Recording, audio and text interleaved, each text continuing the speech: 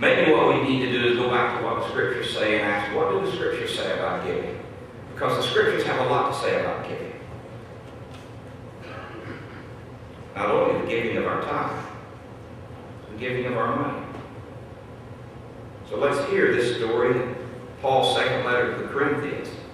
You've probably heard this story preached in Sunday school or preached on a Sunday morning on some occasion.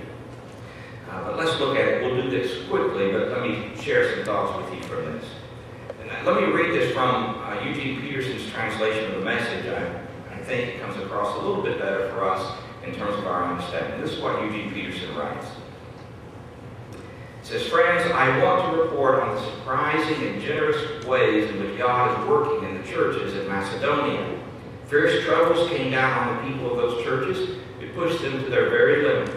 The trial exposed their true colors. They were incredibly happy, though desperately poor. The pressure triggered something totally unexpected, an outpouring of pure and generous gifts. I was there. I saw it for myself. They gave offerings of whatever they could, far more than they could afford, pleading for the privilege of helping in the relief of poor Christians. Now, this was totally spontaneous. It was entirely their own idea. It caught us completely off guard. What explains it? What explains it was that they had first given themselves unreservedly to God and to us. The other giving simply flowed out of the purposes of God working in their lives. And that's what prompted us to ask Titus to bring the relief offering to your attention, Corinth, so that what was so well begun could be finished up. You do so well in many things. You trust God, you're articulate, you're insightful, you're passionate, you love us. Now do your best in this too.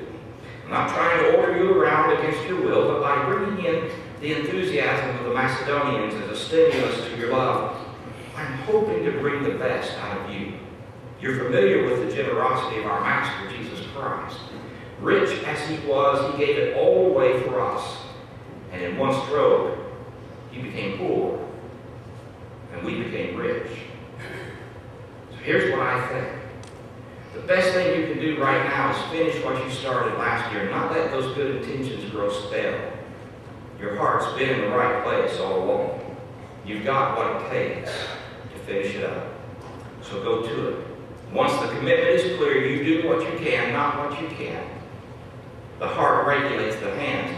This isn't so others can take it easy while you sweat it out. No. You're shoulder to shoulder with them all the way. Your surplus matching their deficit, their surplus matching your deficit.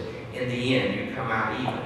As it is written, nothing left over to the one with the most, nothing lacking to the one with the least.